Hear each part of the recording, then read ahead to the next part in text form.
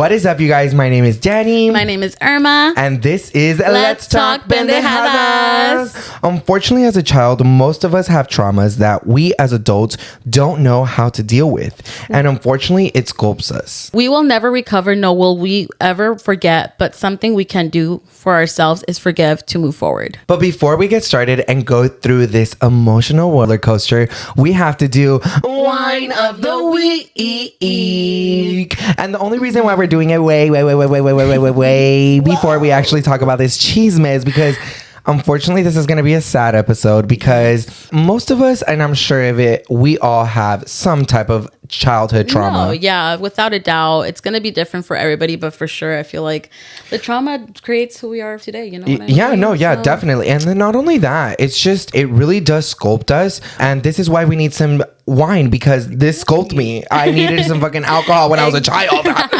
Exactly. Where was that emotional, was it called? Emotional support. Yeah, there we go. Emotional support.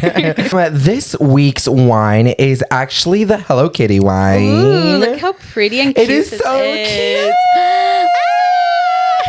I am super excited because I have actually tried this wine before, but I know that a lot of people don't know this wine exists out there. So I'm super excited for you guys to try it. I will leave the link down below. And for most of you guys that are listening to the podcast, what's the name of the alcohol, Irma? It is Hello Kitty Pinot Noir. Oh my gosh. Mood. You can find it at your local Bevmo. I will say, I think we've tried the white wine one, right? We tried the rosé. The rosé one, right? It was so delicious. And Annette actually, mood. I think You're like, gonna never mind. I thought I got this. That we actually went ahead and tried this wine with Annette. And honestly, we know that Annette loves her Hello Kitty. So I was like, you know what? We need to try this wine on camera because I need everybody to know about this wine. It is so scrumptious and it's cute. So you get both worlds. You really do. Imagine some berries onto that. Ooh. You know what? After Ashley the peaches into the wine, like I can never forget about putting like fruit in Dude, wine. I've been wanting that wine all over again because of the fact that it's so fresh. Okie dokie. So this is our first cup. Love it. Okay, you guys. Well, pa arriba, Pa arriba, pa abajo, pa el centro, pa la boca. You know what? I remember this wine.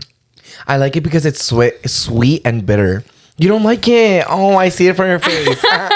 No, I'm sorry. I'm like, it's a little bitter and like, for me personally, it tastes a little watery. Really? Yeah. Oh, this is so delicious to me, actually. But I mean, I'm still going to drink it. I'm still going to get drunk. Alcohol is alcohol. Exactly. As long as it gets me drunk, we're chilling. Also want to give a thanks to Priscilla Ovo XO3. Right? Your username is so weird. I know, right? But gracias, mijita. Thank you so much for the support. We love you. And make sure that you get your wine ready because this emotional roller coaster is high. Very, very high. So please drink with us. Now, Irma, you actually haven't talked about it in a very long time, but I remember you told me a lot that you would get bullied in high school. Did you ever get bullied or harassed about your weight within your family? Because I know that you have told me that you have consistently had battles with your weight. Oh yeah, it's definitely a constant battle with my weight. Ever since I was a kid, to be honest, like I was always the gordita. I'm not trying to blame my mom, but when I was a kid and I wanted more food, she would give it to me. And like, I mean, I get it. Mother instincts, you know what I mean? Like they want she has to feed her bird.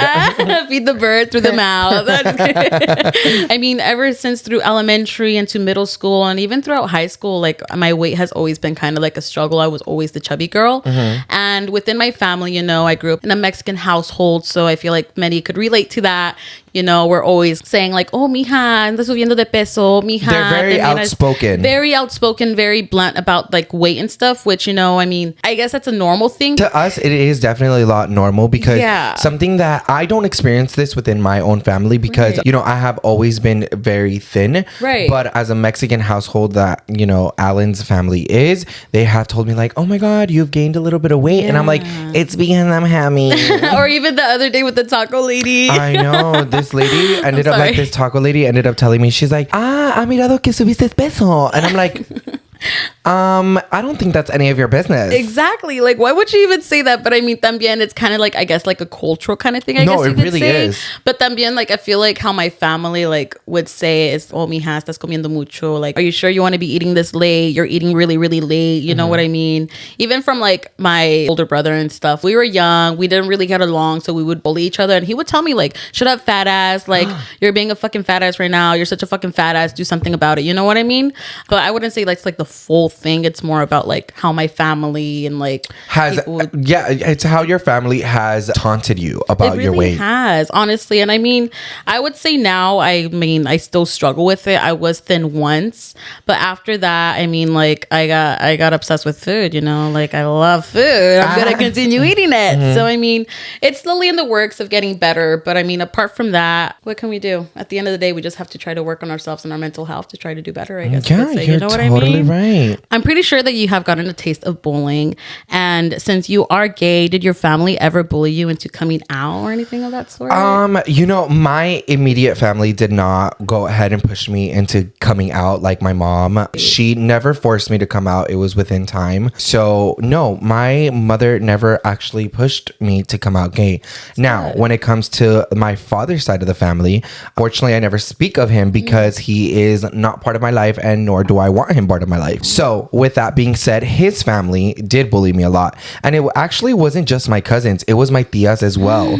And, you know, it took a lot of toll on you because first things first, you know, like you don't know what gay is when you're young. Exactly. You kind of just know that it's kissing a guy or kissing a girl. And that's all that it is. My dad's side of the family did go ahead and bully me. I remember once this will always stick to my head because, you know, it did include my sister, and my sister knows her fault. So she is not the fault in it. You know, it's peer pressure within my cousins. So I definitely understand that. But my aunts lived in a trailer park area.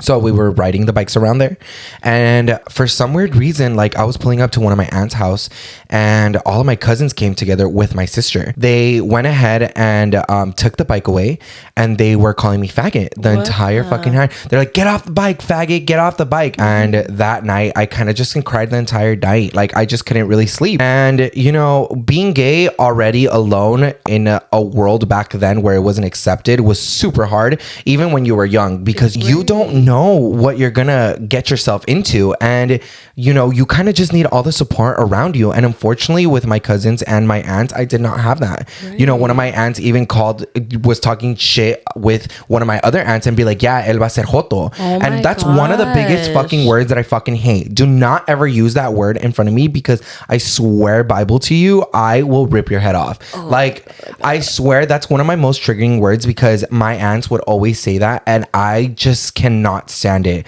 You know, now that I'm an adult, I have a choice. I have a choice to be part of that family, and my choice is I don't want to be part of the family, and I am living my best life. Exactly. You know, those type of experiences has molded me in the strongest gay man that I am, and I will never ever ever let anybody step all over me. Danny, you did mention earlier about, you know, your dad not being a part of your life anymore, and you don't talk about your dad or anything of that sort, but since your parents were separated at a young age, how did you feel about them not being together anymore in the past? Do you think that had an effect on you? Like, I think it definitely did have an effect on me a lot. As a younger kid, I would pray every single night that my mom and my dad would get back together. And then not only that, on my birthdays, you know, I wouldn't wish for a single thing. I would wish for my parents to get back together.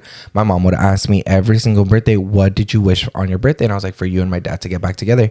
And she kind of just looked at me with the saddest fucking eyes ever, and she just kind of ignored it, and I really couldn't do anything about it. I remember, dude, my mom and my dad were actually working their things out. I was around like 10 or like 13, somewhere around there. And they were working their things out. It didn't work out, but we were actually celebrating my birthday, and my dad brought me a cake.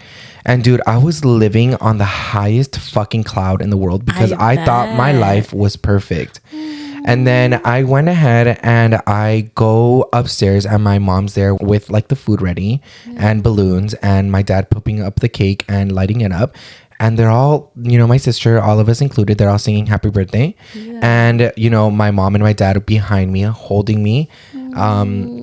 They're all just, oh my God, me being emotional. They went ahead and told me to blow out the candles, and I literally wished the exact same thing. I was like, I hope this stays forever.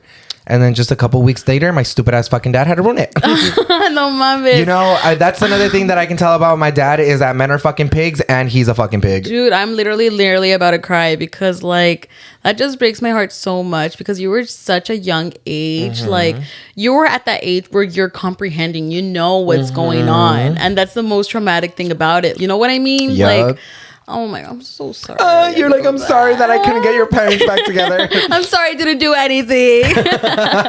Wait! Before we continue, we wanted to give a big thanks to our first ever sponsor on Let's Talk Pendejadas. HelloFresh is a farm fresh, pre-portioned ingredient and seasonal recipe that it is easy to get to your doorstep and to make. Why make trips to your closest fast food when you can get HelloFresh at home and it's affordable? The recipes are easy to follow and quick to make with steps and pictures to guide you along the way. See, Irma, now you won't have a problem with over seasoning the food. Oh my God, stop. Don't put me on the spot. But one thing I love about HelloFresh is that they have already donated over 4 million meals to charity in 2022 now. Who doesn't love a company that makes things easy and cares for others? Honestly, when I saw HelloFresh, I was a little skeptical because I'm not the best cook.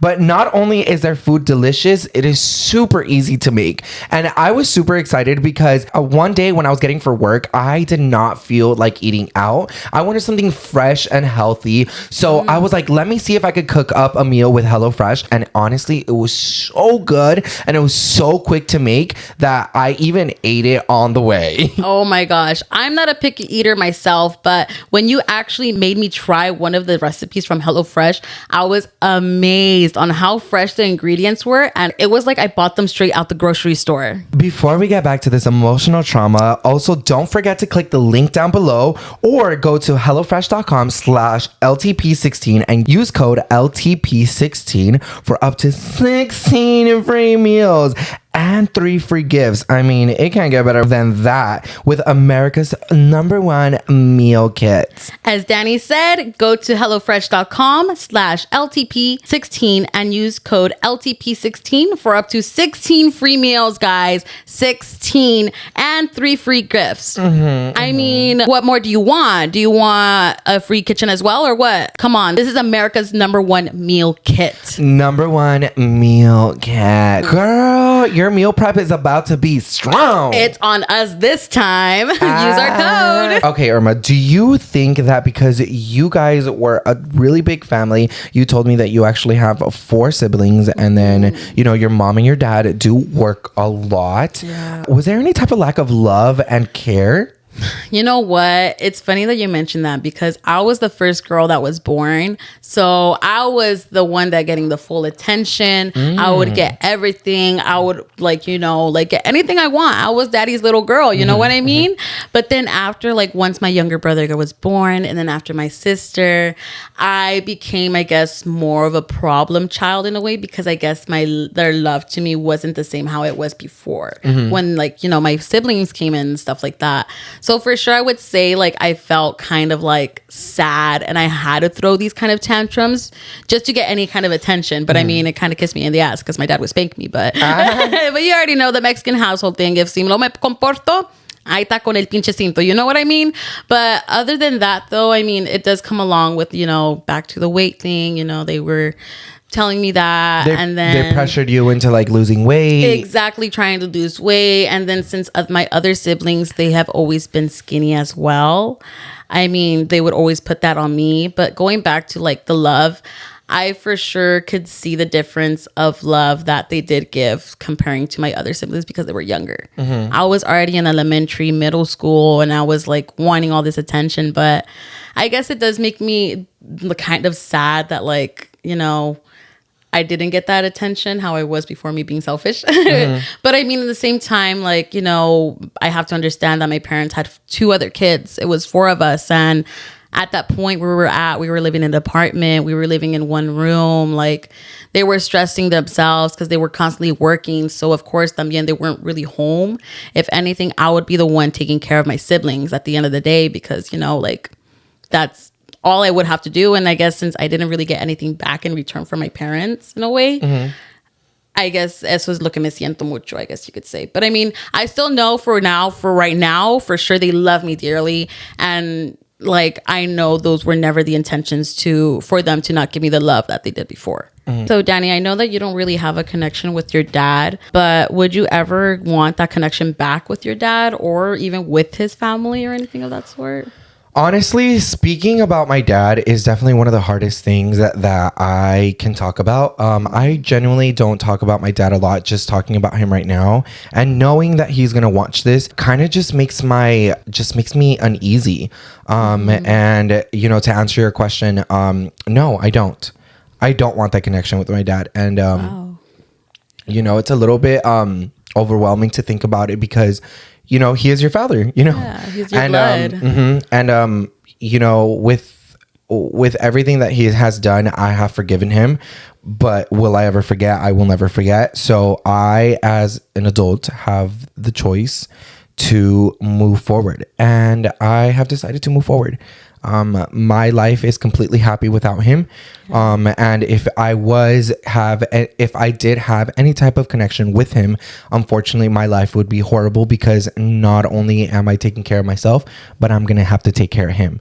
He's not in any way, shape, or form A father figure that you would expect to be. Exactly. Because I feel like from what you have mentioned to me and stuff, he has never done you good. He's basically always like, whenever he comes back to your life, something always goes down whenever he Very does much come that. back. Like there's no like, and you said you do forgive him and stuff, but I feel like after the constant of trusting him again, after him fucking you over so many times, it's hard for you to want to get that connection back. It takes so much balls to forgive someone. And like I said, I do forgive him. Yeah. I will never forget. And that is something that he will live with. You know, a lot of people have actually told me if something that bad does go wrong with him, or, you know, God que no quiera, you know, he passes away, will I care? Right. Unfortunately, to me, he's dead to me. Yeah. I just, you know, it's sad to say it, but Yeah, it hurts. the only reason why I'm not crying right now is because I have lived with it. Yeah. And I am okay with it. With his side of the family, you know, with all of my aunts and uncles, some of them were good to me and some of them were bad and some of them were really horrible. Right. So, and not only to me, they were actually really horrible to my mom. And you know, till this motherfucking day, it pisses me the fuck off because they know for a fact that Alan is someone. Yeah. And, you know, and you've seen it so many multiple fucking times, and it irritates me that my aunts, my uncles, every single fucking person want to all of a sudden have fucking connection with me. And I'm like, fuck you. No, yeah. Straight the fuck up. Fuck you. You're straight up using me. And not only that, dude, one thing that pissed me off the most is that I heard from someone that one of my cousins decided to say that Alan was their cousin and not that I wasn't their cousin. All right. And I'm like, dude, you're straight up so stupid. Like, you made my life such a fucking living hell, and yet you want to act like you know me and we're okay. Like, I don't think so, babe. That's not how it's gonna work, because at the end of the day, if you really want to be like family and shit, at least step up and like at least have they ever like owned up to it or anything? Like, have you they know, ever my aunts have apologized to my mother. Okay. Plenty of times. Like I said, my mother is the exact same hard-headed as me, but she knows how to move forward. Yes. She knows how to forgive, and she knows how to forgive, but she will never forget. And I will always say that you can forgive, but you will never fucking forget. It's just a different type of feeling that I feel now. And I generally I'm at peace with that. Yeah. I'm at peace 100%. So, you know, I've told my sister, you know, if I never even call him my dad, I call him by his first name, so I really don't give a fuck. Right. But I have told her, like, you know, if he ever tells you to give you my number, let him know that I changed it, and let him know that I will never get to him, and he will never find it, and let all my aunts know as well that they will never have it or get it. Like, I don't give a fuck. If you will pull up anywhere that I live or anything, I kid you not, you are a motherfucking stranger to me. Yep. I don't know who you are. You are not part of my present nor part of my future. Get the fuck out of my life. 911. Here we come. But yeah, with all that being said, do you think you still have the same relationship with your family now than before? And why do you think you don't have that relationship anymore? You know what? I don't feel like I have that kind of relationship with anymore, kind of because before, me and my siblings, we wouldn't get along. We wouldn't talk. Me and my family, we were that kind of family that we don't say I love you to each other. Like, I feel like that's very abnormal to a lot of people, because I feel like a lot of people do show a lot of love to each other's family. But when we were growing up, my parents would try, but I don't know, as siblings, we never really got that connection until now. Like, I have literally graduated high school. I have learned so much, and like how to express love. And then also seeing how you guys are with your family. Like, that kind of taught me a lot on how I should be with my family. So I guess I could say I kind of initiated that. I love you, Mom. I love you, Dad. Knowing how it feels when nobody like says I love you or cares for you, like how you guys say it to me. I could just imagine how they feel. I didn't think that it would create like a different connection with my parents. And I could definitely feel the love that I'm giving them. And I mean, it's because my parents are never used to me saying I love you or any of our siblings. So when my mom saw that kind of interaction, I could see in her eyes, like, oh my gosh, like, mija, like, you've never asked me this. Like, even just right now, I was just telling Danny, like, my dad, he cooked food and he really wanted me to try it. And I was like, oh my gosh, yes, Dad. Like, yeah, it looks so good. Like, I'm definitely going to try it. And just showing that affection back, it just warms my heart knowing that they know that you love them. Exactly. And it's definitely just going to be getting better and better. I still don't really talk to my older brother as much, but definitely it has been a huge difference from how we were younger. So I feel like with my siblings, seeing how I am with my parents, and how I am with my little sister, I think they're finally kind of realizing, like, oh shit, like, you know, like, we should start expressing our love, our affection towards each other. And I definitely have seen a huge difference on how whenever I come into home, like, I could easily just be like, hi, brother, how are you? Like, how was your day at work? Like, what's going on? Oh, you got a boo? Oh, cool. Like, what's up? Or like, my sister, how was your day at work? Like, what's the cheese made? You know what I mean? Like, little baby sister, how was school? Like, my parents, how was work? My older brother, you know, I still have a struggle with because he's very to himself, but I eventually, you know, like, I feel like we're definitely he's gonna grow out of it. And eventually I feel like in the future, our family will definitely like come together and show that affection again. You know what I mean? Well, that's good. Yeah, oh my God, this is such an emotional roller coaster. Really, like, I swear, Bible, I feel like I was at a therapist. I know, same. I'm like therapy session with the fucking. And you know, this is our own personal trauma, so I hope you guys don't judge us for it. Because we all have our own personal thing, and I will never judge someone for that. Exactly. And, you know, as you can see, like, everybody has different experiences with different trauma, you know, like, and, you know, at the end of the day, you just have to kind of like put your head into it and just move forward and just try to grow from it. And that's what makes us the better person that we are today. This is why we're here. Like, I don't think if any of this has changed, I don't think if I have never met you guys, I don't think I would have that kind of love and affection with them. Aww. And I don't think if, like, you know, you went through that, you wouldn't be here today and with that's why maybe I'm very much like very strong-headed person. Because I have been fucked over my entire life, and my mom will always be my best friend and my you know, my secure blanket. And I will always say that I will thank my mother for the life that she gave me, and I will give a big fuck you to my dad that fucked my entire mental state. Exactly. And there's definitely nothing wrong to have like this kind of like hatred or even just like moving forward from that kind of stuff, because everybody feels and dwells differently, you know? Yeah, for sure. But just remember from this little episode, you guys, always forgive but never forget. Yes. So move forward and live at peace. Because that, ladies and gentlemen, is something that we need to learn. And I don't want you guys to learn it the hard way. So start using that now.